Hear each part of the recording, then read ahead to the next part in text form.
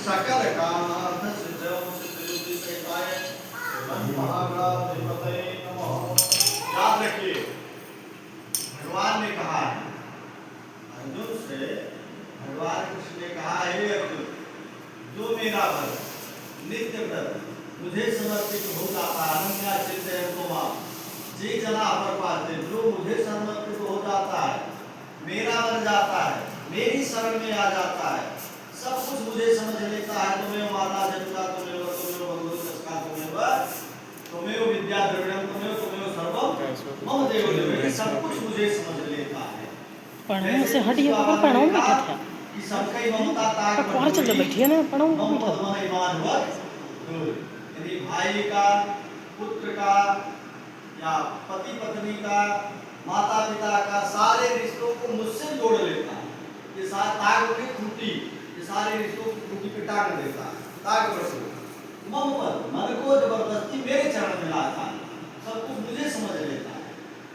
मम पद मन हिमाद बड़ोरी, तुझे कुछ नहीं चाहिए, अनन्या चिंतयन्तो माम्, जे जना अपरपाते। इसी को भगवान कृष्ण ने कहा कि जो व्यक्ति मेरी शरण में आ जाता है, मेरा बन जाता है, सब कुछ मुझे समझ लेता है। कहा तो कहा योग में हम उसका योग में स्वयं बाहर करता हूँ, किसी की शरण में जाने की जरूरत नहीं है। उसको जो भी चाहिए मैं पूरा करता हूँ। भगवान ही तो पूरा कर रहा है महाराज, पूरा कौन कर रहा है? अभी सूरा डाल देते नहीं कुछ होता, सारी फसल तैयार है, आ गई कोई आपदा, नष्ट हो गई, नष्ट कर देते हैं, दे भी देते हैं, तो सब कुछ वही देते हैं और सब कुछ वही ले लेते हैं कर्मानुसार। इसलिए योग क्षेम में हे अर्जुन, उसका योग क्षेम में स्वयं हम करता हूँ, उसका भरण पोषण में स्वयं करता हूँ। स्मृत है सकल कल्याण, स्मरण का मतलब होता है याद कर। याद का उल्टा करेंगे क्या होगा? दया। याद का उल्टा करेंगे दया। जब हम परमात्मा को याद करते हैं तो परमात्मा की दया दृष्टि हम पर हो जाती है, और जब परमात्मा की दया दृष्टि हम पर हो गई, परमात्मा की कृपा पात्र हम बन गए, तो उनका ये जीवन में कोई कष्ट मिलेगा? जो भगवान का कृपा पात्र बन जाए व्यक्ति, उसको जीवन में कोई कष्ट मिलने वाला नहीं है। स्मृत सकल कल्याण, जैसे ही परमात्मा को हम याद करते हैं कल्याण होना शुरू हो जाता है। आप देखते हैं तमाम संघर्ष में रहते हैं, और जब सारी तकलीफ बहुत ज्यादा पीड़ा हो गई, क्या कहता है आदमी? हे राम कहते हैं ना, हे राम, और जैसे राम कहते तैसे आराम मिलता कि नहीं मिलता? रात मिल जाती है ना। ठीक स्मृत सकल कल्याण, भगवान को जब याद करते हैं तो हमारा कल्याण होना शुरू हो जाता है। भाजपा में तो जाके सारे दुख हमारे बोलते दूर होना शुरू हो जाते हैं। कहा किसकी शरण में? कहा वृंदावन शरण में, कुछ ब्रज में निवास करने वाले भगवान, या यूं कह दें कण में निवास करने वाले परमात्मा की शरण में चले जाते हैं, हमारा कल्याण हो जाता है। हमें किसी तरह का कोई कष्ट नहीं मिलता। वृंदावन शरण या हो, आप पूजा कर रहे हैं तो सारे मनोकामना को सब कुछ भगवान की शरण में डाल दीजिए। अभी पाठों में पूजन करेंगे, भगवान शिव की शरण में आप चले जाइए। अभी आप गौरी गणेश की पूजा कर रहे हैं तो इन्हीं में सबको समझ लीजिए। एक ही साधे सदै सब साधे सब जाए, जो तुलसी जो मूल को बुरे भले लगा। एक को पकड़ो और एक ही में सारे गुण हैं। भगवान गणेश है, भगवान गणेश है, विष्णु है, शंकर है, ब्रह्मा है, सब भैया भगवती दुर्गा जी को पकड़ लो, तो भाई प्रसन्न आदमी खंबा पकड़, भाई फाड़ के खंबा। प्रहलाद को बचाने, बचा कर प्रहलाद बचाओ, हिरण्याकश्यप को स्वर्ग उठाओ, हिरण्याकश्यप को नर से उद्धार करके फाड़ दिया मैया ने, और प्रहलाद को बचा लिया। देवी भागवत में जाएंगे तो मैया ने नर से उद्धार किया। गणेश के पुराण में जाएंगे तो गणेश ही नरसिंह बन जा रहे हैं। देवी भागवत में जा रहे हैं, देवी बनी ही रही है। आप श्रीमद् भागवत महापुराण में सुन रहे हैं तो भगवान विष्णु बन रहे हैं। यदि इसका मतलब ब्रह्म पुराण में जाएंगे ब्रह्मा जी बन रहे हैं। इसका मतलब सारे देवता सब मिला जुला के एक हैं, समय समय से उनके तमाम स्वरूप हैं।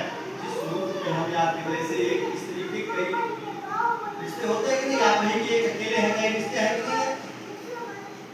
या किसी के पिता है, किसी के पुत्र है, किसी के नाती है, किसी के पोता है, किसी के दामाद है, किसी के साढ़ू है, किसी के ससुर है, किसी के नाना है, किसी के मामा है, किसी के फूफा है, किसी के मौसा है ना तमाम रिश्ता।